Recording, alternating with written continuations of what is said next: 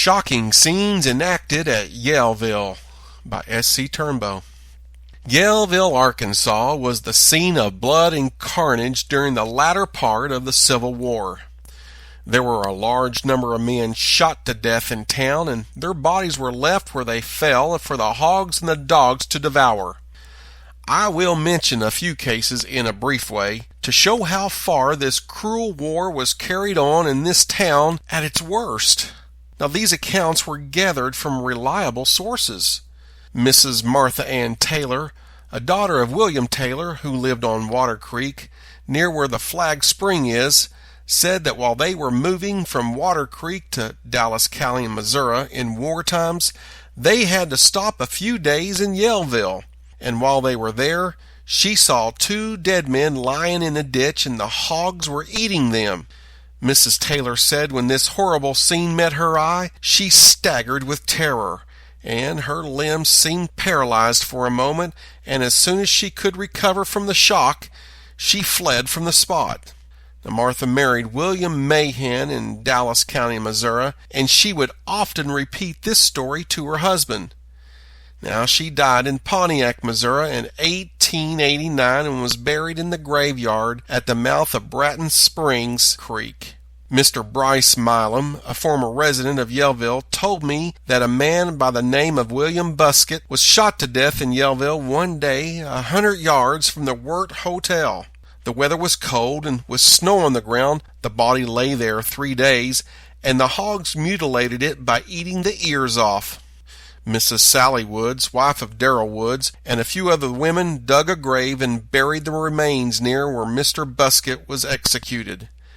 They had no coffin, but they wrapped the body in a blanket, and the ladies were not allowed to bury the dead man east and west according to burial rites and customs, but they made them dig the grave north and south, or crossways as they termed it. Mrs. Woods was the sister of John Adams and was the daughter of Mr. Matthew Adams. Now, one day in the early autumn of 1865, I and Lewis R. Pumphrey, while passing along the street where the lower part of Yellville now stands, he pointed to a spot of ground near where we were and said, "There is where one brave man died." And Mr. Pumphrey and Mr. Bryce Milam gave me a history of the case in the following way. The man's name is Tom Job, and he lived in Missouri and was accused of being a Southern bushwhacker. It was said that he was a desperate man and had slain several men who wore the blue. The Federals captured him at the mouth of South Fork of East Sugarloaf Creek, just above where the town of Lead Hill now stands. Job and Bluth McGroove were together. The latter escaped. Job wore a pair of boots, and the enemy, in shooting at him, one of the balls hit his boot leg where he was running and split it open. The ball wounded him in the leg, and after they captured him, they took him to Yellville and kept him under guard a week, and then executed him, which was done the following ways.